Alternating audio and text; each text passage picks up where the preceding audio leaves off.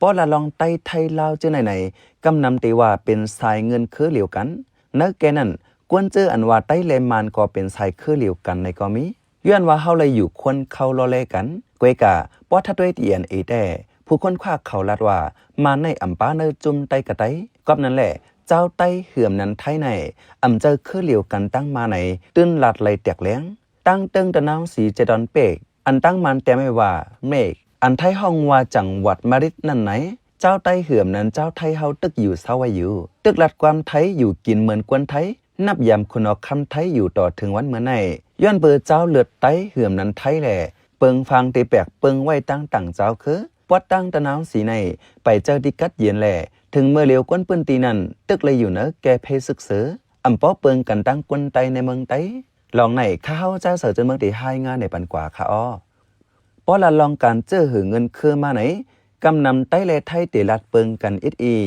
ตัวอย่างมันไต้อันมีในเมืองเวียดนามนั่นไต้ตีอ่อนกันห้องว่าไต้ขาวไทยซ้ำห้องเขาว่าไทยขาวในเจ้าไหนมันเปิงกันตีคอเจออันว่าไต้เลไทย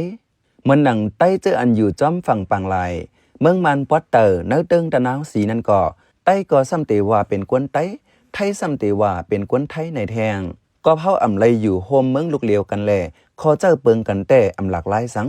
กวยกาสังหูว่ามีเจ้าไต้เหื่อมนั้นไทยอยู่ไว้เสเฮาซ้ำอำตึดตายกันขึ้นแต่ป้องว่าหลากหลายตาจึกคือเฮายาวเนื้อเพิ่นหายงาน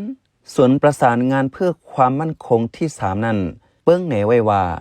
เนื้อวันสิงขอนเว้งตะนาวสีเมืองมานตอนเตอร์เหื่อมนั้นเติ้งตะนาวสีนั้นมีเจ้าไทยอยู่ไว้เป็นกวนปืนตีอันอยู่มาเจเมืองโฮมตัวมันไปไล่อยู่เตอร์อังกฤษเขาว่าไหนเจ้าไต้เหื่อมนั้นเจ้าไทยอันอยู่ที่เนื้อเว้งตะนาวสีเจดอนเปกเหื่อมนั้นเจดอนมริดใน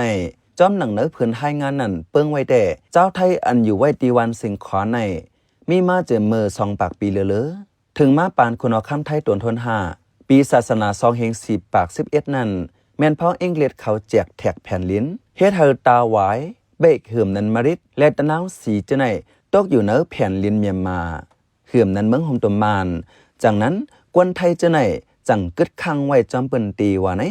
ต่อถึงเมื่อเลียวภาษาความลาดฟิงอยู่กินอองตีเหมือนหนังวัดว่าภาสื่อเฮิรนเยกวนปอดังไหน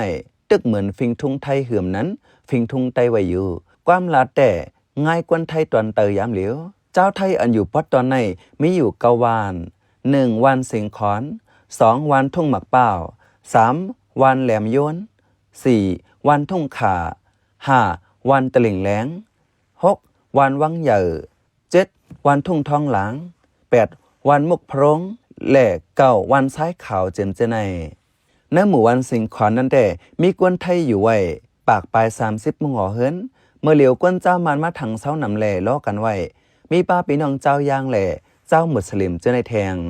เมื่อปีคริสต์เฮง9 ปาก 87นั้นปีน้องเจ้าไทยในตะนาวสีมี41,000 เฮง2 ปาก 58ก็ว่าไหนเมื่อเหลียวแต่ควรเข้าล้อกันพองยาวแต่หู้โหนับแต่ต้อหยาบอันเจ้าไทยเหื่อมนั้นเจ้าไต้เจไหนไปจมไปหายก็ว่าตึกอันกัน10 รักษาลิกหลายแหล่ฟิงทุงเจ้าเก่ามาปาน10 ปานกวนวันสิงขวัญในตีวันกันซอนลิกซอนทำปันกันตีวัดสิงขวัญวรารามเป็นวัดกวนวันสิงขวัญตีวัดสิงขวัญนั้นยังตึกมีไว้เงาหักหลักฐานผีมือไทยตั้งน้ำเหมือนหนังเมือเปเมือล้านปับเก่าแก่อันเตรียมไว้ลองศาสนาลองไปต่างกาละลายเฮ็ดยาแหล่ลิกปิดปอดเจในอยู่ที่คู่ปงซอนลงเนื้อจันจอมราชพัฒเพชรบุรีจึงไทยก่อยามเมื่อเลียบเฮียนสีโคบโทป้าจันจอมตีเว้งเบกเหื่อมนั้นเว้งมริดเมื่อปีศาสนา2 เฮง5 ปาก 62ปีคริสต์2 เฮง19ตามักมันเป็นที่คนควาโลเฮียนในอยู่กวยกากำจะมาเจ้าคือไตตกเนื้อแก่เปิ้นไหนมันหือทางห่างแล้วตอนหนังไตอยู่เหนือเมืองไตเป็นเมืองปู่เมืองหมอนเฮาแต่ยังกินเจอเมื่อหนังปอดตั้งวันสิงขวัญเว้งตะนาวสีในซึกมันและซึกลุกเพื่อนเขียนอยู่โฮม PDF เขาหิมจิ้งนาดีกันอยู่เคยเยอะเจอเมื่อปลายปี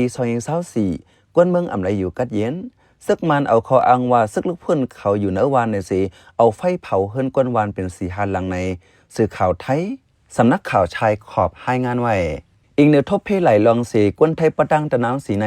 อันกันค่ายไปเขาซอนฝั่งไทยบอก1 ปากมุหอเฮิรนลูกอ่อนเล็กนับโหปากห้ามการเห็นการสอนห้ามตีอยู่ตันเศร้าว่าไหนเนื้อเผื่นให้งาน ส่วนประสานงานเพื่อความมั่นคงที่3แต่เป้าไว้ว่าหนังหือก้นเมืองแต่ละอยู่รัฐเพนั่นเฮามีมาปังอุบโอกันเลยตั้งกัดเย็นเฮาเจอมีลองหนิมเซากวนไทยเหื่มนั้นกวนไต้ต่างตีก็เตจางมาสู่มาเจ้าคือเหลียวกันเนื้อปืนตีตะน้ำสีว่าในไว้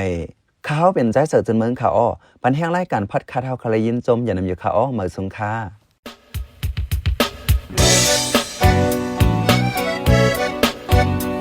พี่น้องเขาสืบเน้นหอมเสียงข่าวผู้ใดฮอกไว้อยู่ค่ะจนข่าวผู้ใดฮอกเข้าค่ะแต่หมายให้งานข่าวเงาเลยสื่อเจไลมาดีมีเดียปืนเพไว้ปันนาลายดังเขาได้หลู่บันแห้ง lediciannews.org